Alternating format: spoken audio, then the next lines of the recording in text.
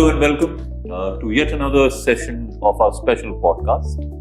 In the last podcast, we talked about solarization, in particular the rooftop solar and PM Suryaghar Muft Bijli Yojana. Since then, a lot of changes we have seen in the ministry. There's a new guard, and to understand how this scheme is moving forward, we have yet another special guest with us today in this podcast.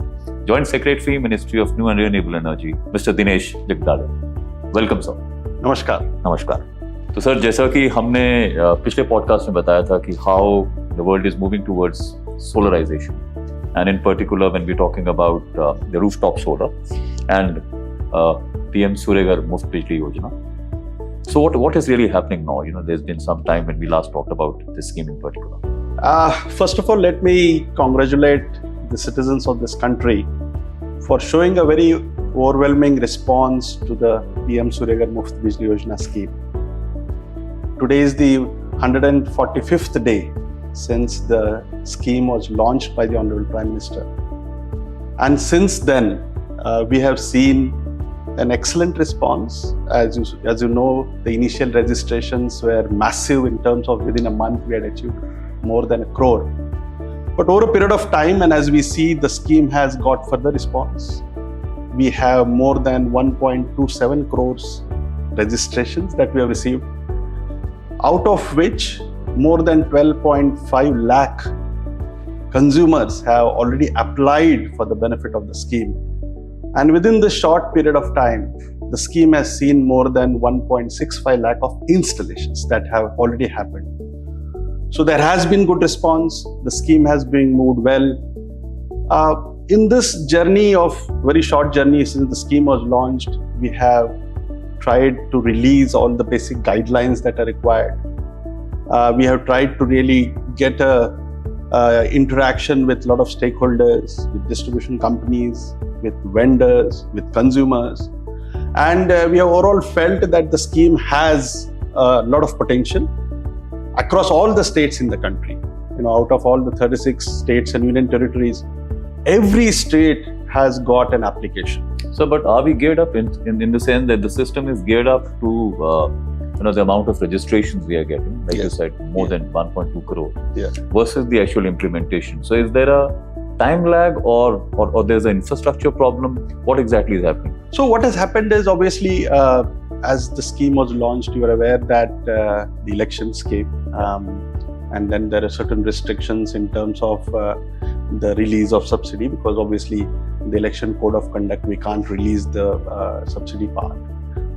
And also there was a stop on the major massive campaign that we launched. And when we launched, there were a lot of real campaigns that we did, but we are going to restart. As far as registration is concerned, converting them into application is the first step that we as Government of India are trying to look at. Obviously, that requires the readiness of the consumer in terms of going to the portal. This is an online application. We were in the process of rebuilding the entire infrastructure of the portal. That, while it is happening, that has taken a bit of time, but I am sure that is going to fall in place very shortly. But still, the massive response is there. Obviously, once the consumer applies on the portal, he has to choose a vendor. Then vendor actually they come into a contract. Then the installation happens. This takes a gap. There is not that immediate. But in terms of demand and supply, we are obviously. Okay, and let me comment on that. In fact, I should comment that today. What are the basic ingredients of a rooftop solar? Yeah. There are 3 basic ingredients. One is the panels, which is called as modules, the solar PV modules. And I'm happy to share this information that today in India, we have almost achieved more than 50,000 megawatt of solar module manufacturing capacity. That's huge. And this has happened over the last couple of months. So that one is already in place. Obviously, there is this domestic content requirement in this particular scheme. So the cells that are manufactured in India are also gearing up, and by end of September, we expect that the total capacity of cell manufacturing will also reach more than 18 gigawatts. So that, in terms of that, we are self-sufficient. The other component is the inverters, and we are very confident that, and we have spoken with all the inverter manufacturing companies, they are manufacturing their the required ratings. Obviously, this PM Surya Ghar scheme has maximum attraction in the 1 to 3 kilowatt segment where the subsidy is a part. Therefore, 1 kilowatt, 2 kilowatt, 3 kilowatt inverter ratings has to be manufactured. We have talked with the inverter manufacturers. They're all geared up. They are doing that. They are stocking up. Obviously, third is the net meter, which normally was a complaint by most of the consumers that they don't get net meters on time. We have spoken with the distribution companies. Central Electricity Authority has already empaneled a set of net meter manufacturers. It is there on the public domain. And we also requested all the distribution companies to ensure that the basic setup required for testing of these net meters are in place. They are gearing up, and they have assured us that there will be no short supply in this. So therefore, we do believe that this particular net meter will also be in place, and a consumer will be able to get all the required material for a rooftop installation on time. So as far as infrastructure is concerned, obviously, it's not that we can say that everything is there on day one, but it's gearing up, and entire, right from material to resource to vendors, we are trying to see that they are there. So when we're looking at the data, nationwide data, we're seeing that certain states are showing a lot of demand. Yes. Also a lot of interest, and installations are more. Yeah.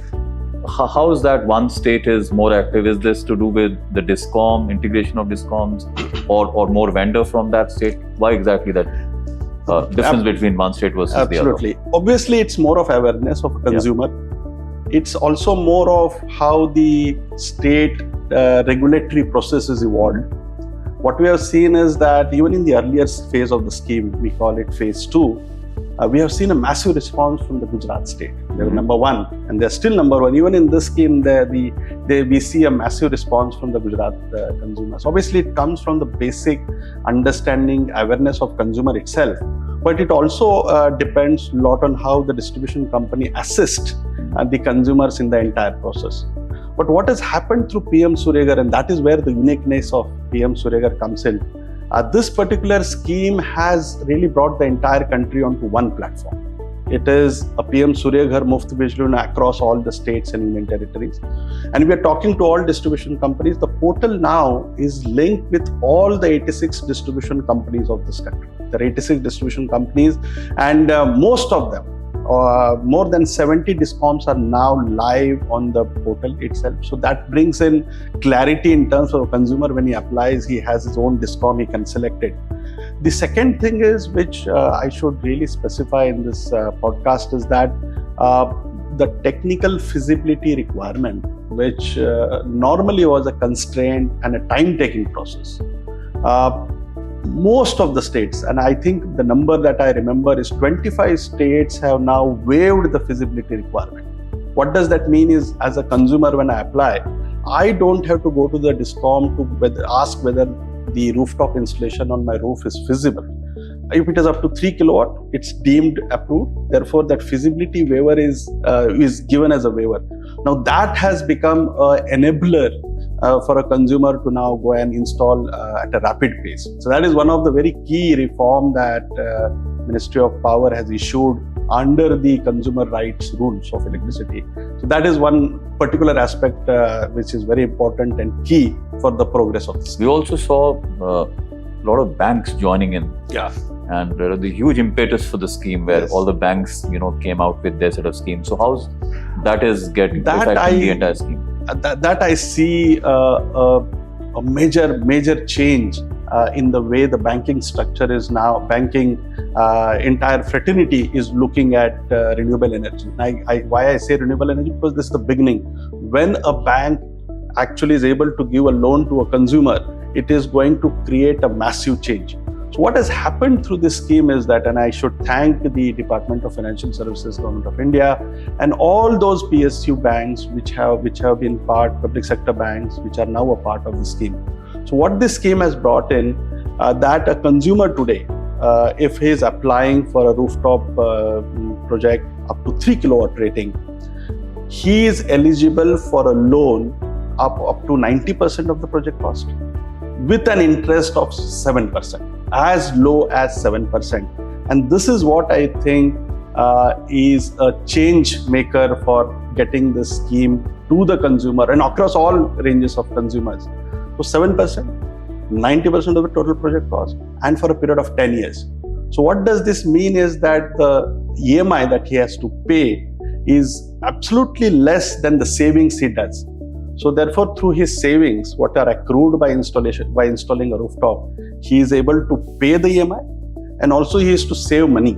And that is where the earning ability of a consumer comes in by putting a rooftop solar. So those banks, including SBI, Canara, PNB, and all other banks, are actually massive campaigning as well. And how this is happening is more important. The consumer goes onto the portal. When he applies, he selects his vendor, and if he wants loan, he just has to go through the same process under a single sign-in. He has to go to the Jan Samarth portal. The portal himself takes to the Jan Samarth portal, and on Jan Samarth portal, all these banks are listed. All their products are listed. I, as a consumer, can then go and choose whichever bank I feel or I bank with. I choose that bank. And on that itself, the bank asks for certain documents, and very, very low. There is no application process, is not really much complicated. Security area, there is no collateral required. It is based on the pure project dynamics that the bank is able to give loan. That is where he gets a digital sanction. As soon as he gets a digital sanction, he has to take a printout, go to the nearest branch, and the bank is able to disperse the loan. So this banking process is really a good reform that PM Surya Ghar Muft Bijli Yojana has brought to the Indian consumer for him to be able to get the rooftop installed. So what is the big objective behind the scheme? One is that most of the schemes launched by governments quickly comes into the welfare scheme category. Correct. This one is different. Yeah. So are we saying that the bigger objective is to make India a solar energy driven country? What is the big picture? So basically, if you see and across the world, to combat the climate change, the global warming, every country is doing a bit. India has committed that we do realize that we need to act fast, we need to act ambitiously, and we need to contribute to the global fraternity to ensure that the climate change effects are reduced. And in this aspect, citizen-centric energy transition is key. Yeah. While we do massive projects, but how can I involve citizen into this process? So therefore, what this scheme brings in, it makes a citizen contributing to the overall effects, mitigation process of climate change by bringing in green electricity. That is one, but that's a larger goal. The second is, while we ensure that the solar energy is abundant in India, across the country you have at least 350 days of sunny days. So that brings in a resource availability for any consumer to generate energy.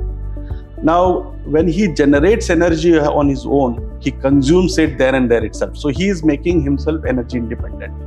And if you look at the overall objective, even the Honorable Prime Minister during one of his speeches gave a call to become energy independent by 2047. And in this case, when every consumer, when every user of electricity starts producing energy, as a country, we are getting, and I can relate to these figures, if 1 crore households install rooftop solar, then we are expecting that 30,000 megawatts, that is 30 gigawatts of electricity will be generated at the roofs of across the country. So it is going to massively contribute towards our self-sufficiency, towards India's self-sufficient in terms of electricity needs. That is the larger objective that we see while we are doing this. But from a consumer perspective, he is actually investing into a rooftop solar. And he is hedging his cost. He is hedging his electricity cost for the next 25 years. Because the maintenance cost of a rooftop solar plant is very, very small, I can say. I can even neglect it. And therefore, when he invests into a rooftop solar plant, his electricity cost is fixed. There is no inflation required there because the same module inverter is going to give him the electricity for the next 25 years. Maybe inverter needs to be seen after 10 or 12 years, but that will be the only cost that he has to invest. Therefore, he is hedging his electricity cost for the next 25 years. So for the listener who are probably hearing this podcast for the first time or hearing about rooftop solar scheme, could you quickly tell them how do they apply? What are the steps? Yeah, any user who is a consumer for enabling to get this rooftop, I have to be a consumer of electricity. So I have my electricity bill. So I go to the portal pmsuryagar.gov.in. That's the portal address. You go to there, you register yourself by just giving your basic details, mobile number and your addresses, and you register. It's a simple process. Once you register, then you go, you put your consumer number, you apply. During the application process, you need your electricity bill, a copy of that electricity bill, where the consumer number is written, the subdivision, the division, as well as your distribution company names are there. You just enter into the portal, and then your application is submitted. While your application is submitted, we have given several enablers for a consumer to select what capacity of a rooftop solar plant he should put. Obviously, there are two drivers for choosing the rating. One is what the roof size is. Second is his electricity consumption over a period of time. So if I say electricity consumption for a period of 12 months, I take an average, and then on the portal itself, we have given a tool as a solar rooftop calculator, which will, by feeding this, give him the adequate size and how much units will be generated. So he has to select his rooftop capacity. He selects it, and once he selects it, he will also be able to see a number of vendors. Now today on the portal, we have unique vendors of almost close to 7,000. So he can choose which vendor is good for him in his locality, in his district, and he can also choose based on the vendor's profile. He can go and see whether the vendor is good, what are his earlier installations, what are his feedback, and therefore he can choose a vendor. Once he chooses a vendor, then the vendor contacts him. They enter into, if a vendor approaches me, I will negotiate with him. I will understand what are the basic requirements. And he enters into a simple contract. That contract is uploaded. A format is already provided on the portal itself. So once a vendor and a consumer gets into a contract, they go ahead and install. Now here the important step is the feasibility, which I mentioned, that if the feasibility which was required earlier, if he has paid his bills to the distribution company, if his name is correct, and if his sanctioned load is adequately rated, then he doesn't have to go to the DISCOM and choose. But if he has his arrears, and if you want to have load enhancement, or his name has to be changed, then obviously before he goes into this process, he should go to the distribution company and get it done. But if it's all in place, he chooses his vendor comes and install the project. But after the installation, then there is a process called work completion report. Yeah. That is where the DISCOM, the vendor, as well as the consumer, they all together look at the entire installation, and then they verify and then they approve. That work completion report is uploaded on the portal. That report then becomes the basis for applying for the net meter. There is a net meter which the distribution company has to come and install. It is the prerogative of the distribution company to come and install. The net meter may be bought by the vendor or the consumer in some of the cases. In some cases, it is the distribution company which provides the meter. So it depends on the state DISCOM. That meter is the final meter which then endorses that the entire installation is complete. And once that happens, then by a click of the button, the report, the process enables his eligibility for subsidy. That is where I'm coming. So once he is eligible for subsidy, there is a button called redeem, and that becomes on. And then he has to redeem his subsidy. Once the subsidy is redeemed, then we have our National Program Implementing Agency, which is REC Limited. The information comes to them on the portal. They process it for subsidy, and from the portal itself, through the banking system of the Government of India, the subsidy is released to the consumer's account, and consumer gets a detailed e-token card where the entire information is mentioned, including his application, his eligible subsidy, the details of the release of subsidy, and he gets it on to his login ID as well. And a hard copy, a printed copy, is also being arranged to be sent to the consumer. So the process is not difficult. However, a consumer should be enough. He cannot just rely. He should also look at how the installation happens. So there are certain basic guides that we have put on the portal, on the knowledge section. He has to ensure that the modules that are selected are of good category, are of domestic content requirement. So for enabling that also, we are doing some additional checks on the portal. But consumer needs to ensure that the modules that a vendor provides are domestically manufactured.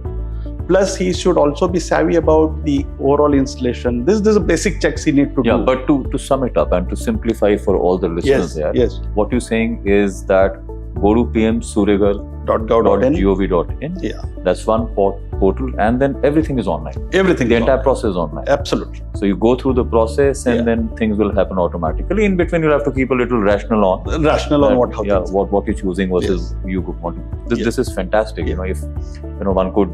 It's a very simple process, if you ask me. It's a simple process, and this was particularly when we were designing the new PM Suryagar scheme.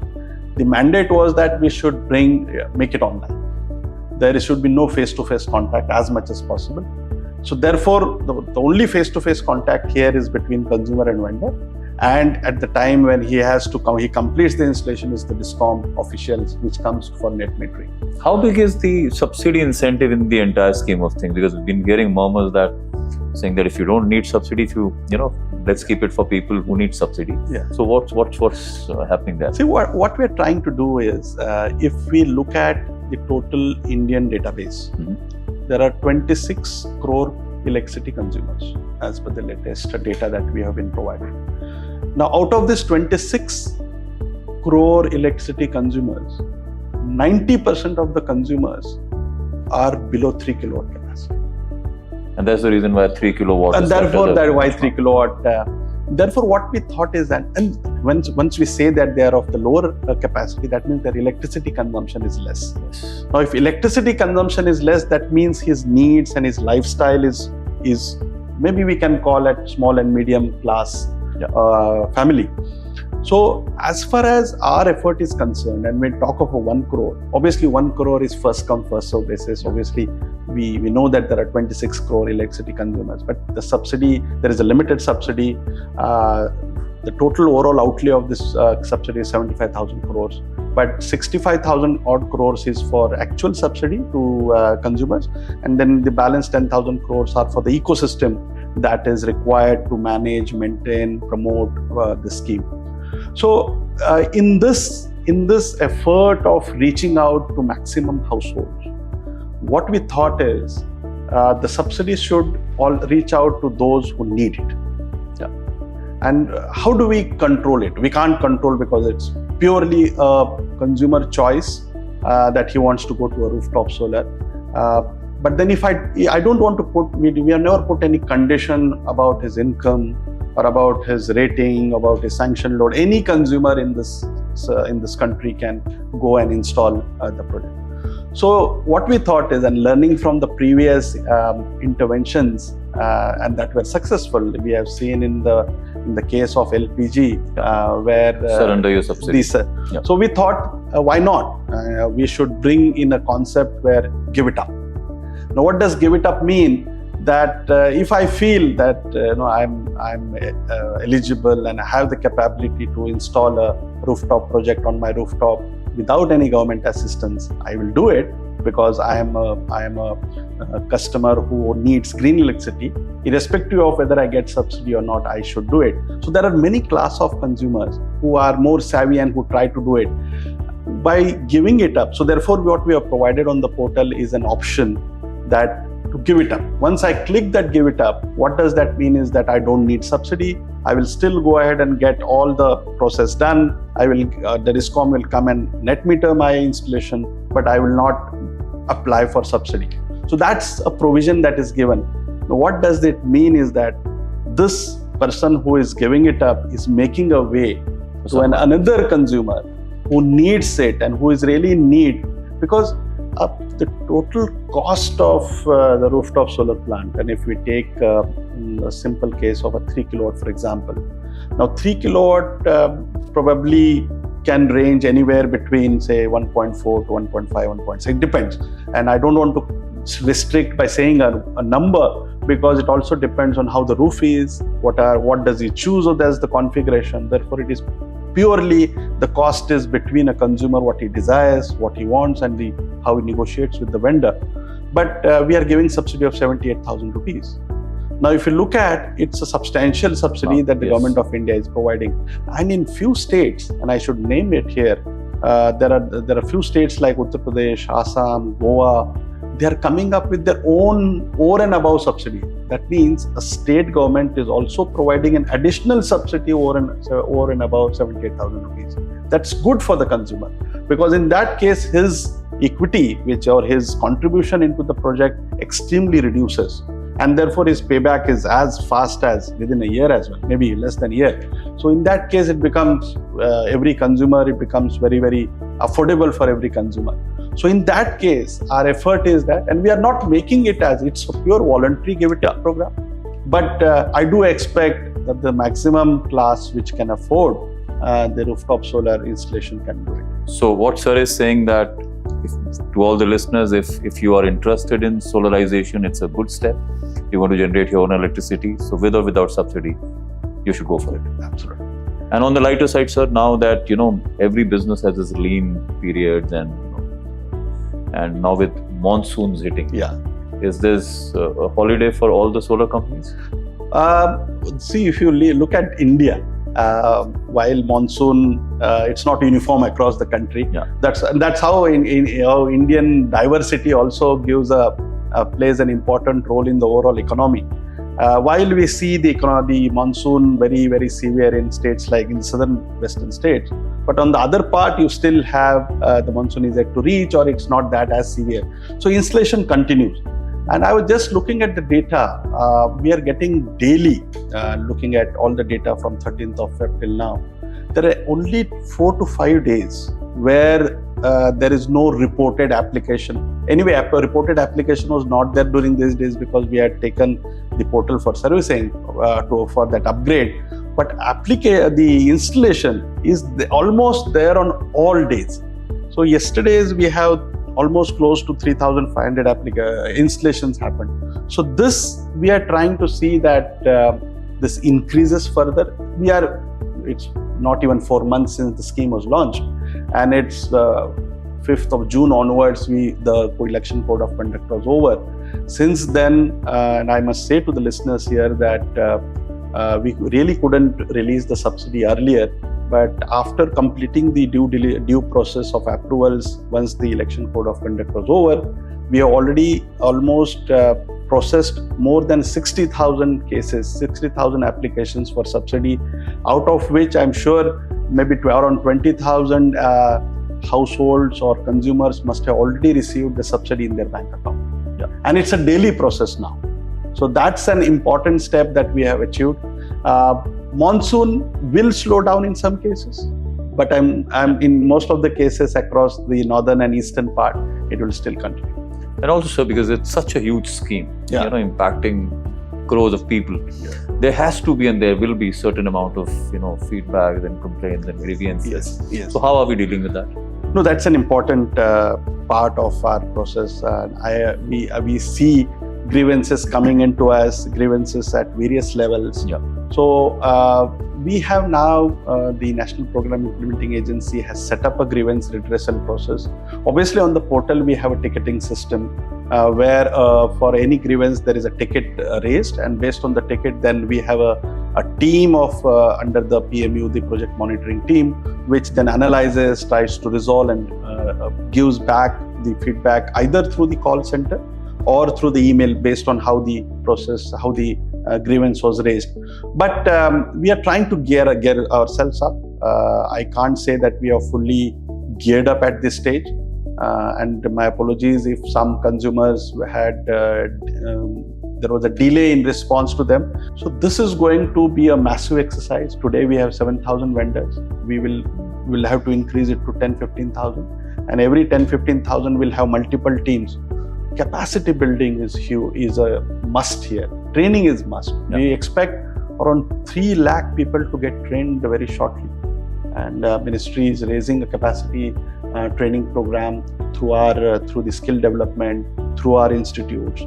I think the first program is going to start very soon.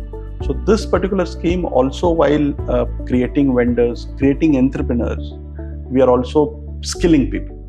Skilling in, it's not a very difficult job, but one should understand electrical trade, one should understand mechanical trade, and therefore at the grassroots level, even at the village level, you will create entrepreneurs. To all the listeners, whether it's subsidy, whether it's procedural delays, whether it's some amount of complaints you have in your mind, but at the end of the day, if you have a roof, then there has to be a solar rooftop. It's a good scheme. It is getting India to complete solarization, and that's what the objective is. And we will keep coming out with a lot of news, new information about the entire program, PM Surya Ghar Muft Bijli Yojana. Thank you very much, sir, for your time. Thank you, and wish you all the best. Thank you.